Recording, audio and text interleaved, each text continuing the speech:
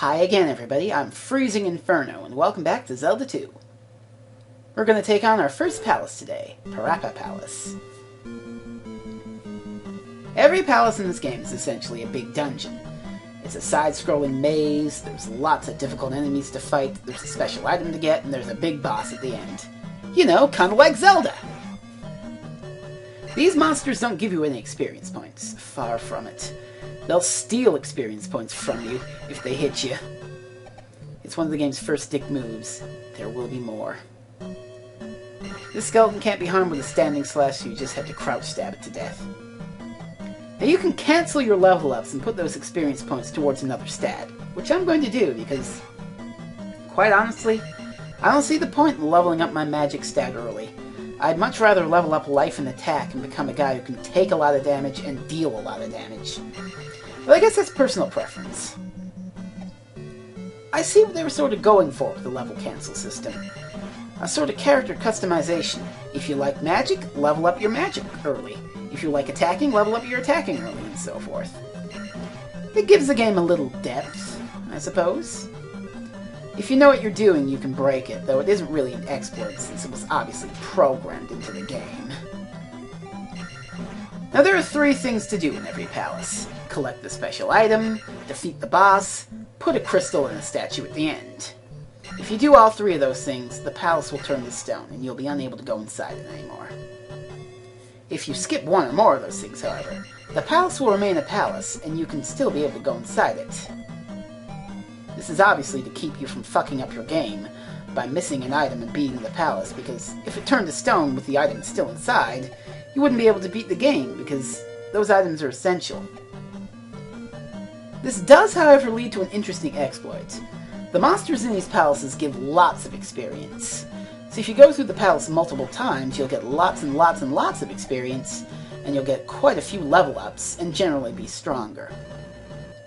What a lot of people like to do is skip the statues at the end. The statues will give you an automatic level up once you activate them, no matter how many experience points you need.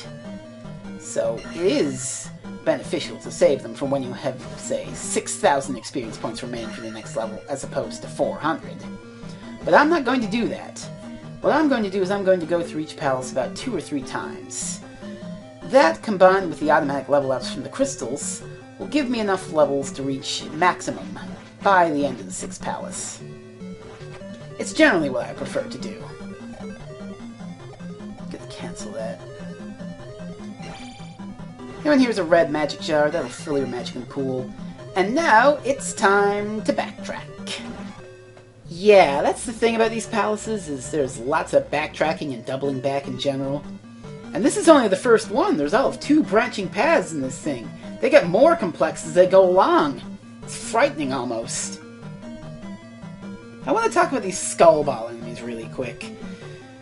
At attack level 1, they take like 30 seconds worth of mashing the attack button to kill. Some people might think that's not worth it, but they're worth 50 experience a pop, and they just stand there while you mash that button. So it's helpful for palace leveling. If you're daring, you can go for this experience bag, but if you don't want to, I won't hold it against you. Not gonna jump down, are you? Okay. Now we're coming up to the item in the palace, which is the candle. Now the candle will light up dark caves. Yeah, all 2 of them we've been to so far, they're not all, like, dark and full of enemies you can't see. There's an actual item to make it so you can see what the hell you're doing. But this candle is also guarded by a very difficult enemy your first time through. The Iron Knuckle. He'll lift his shield up and down, and you can normally play sort of a parry game with him, but the secret to fighting him is just jump attack, and hit him at the top of his head. It's a simple way to pattern lock him, and you'll always land a hit on him with this method. There we go. With him out of the picture, the candle is ours. Doesn't he look so triumphant? More backtracking! We're almost done the palace, I swear. If you're low on health, there's a fairy here, and she'll heal you for full.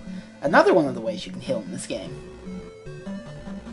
Now that Iron Knuckle trick I mentioned with the jump attack, that'll even work in tight corridors like this one. As long as you have enough room to jump, you have enough room to beam this Iron Knuckle and make him A chump. Ah, what the hell, level up the magic.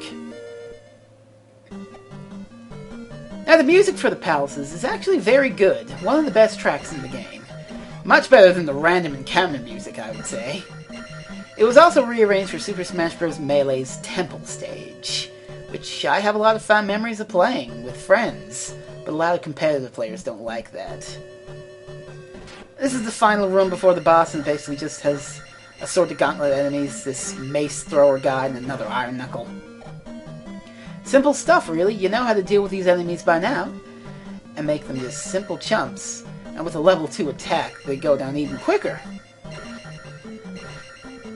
Now, there was a magic spell I could have gotten in the first town that really would have helped me out. The shield magic. It would have raised my defense for an entire room, but wear off once I did a screen transition.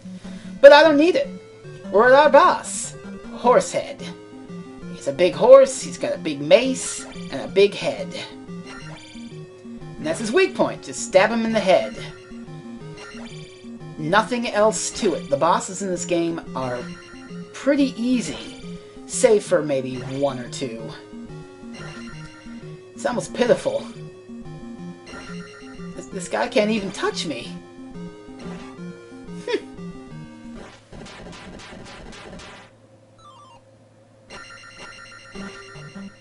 Now up ahead is the statue that you put the crystal in, but I'm going to bypass it, as I said.